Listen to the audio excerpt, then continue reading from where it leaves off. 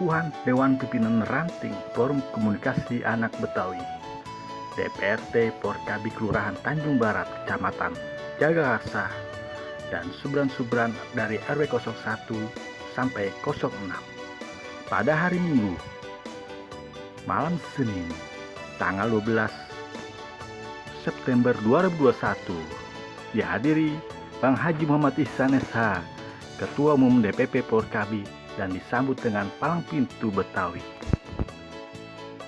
Dalam pengukuhan Dewan Pimpinan Ranting Forum Komunikasi Anak Betawi Kelurahan Tanjung Barat langsung dipimpin oleh Haji Mustafa, Ketua DPD Porkabi Jakarta Selatan, dan Dewan Pimpinan Cabang Forum Komunikasi Anak Betawi Kecamatan Jagakarsa.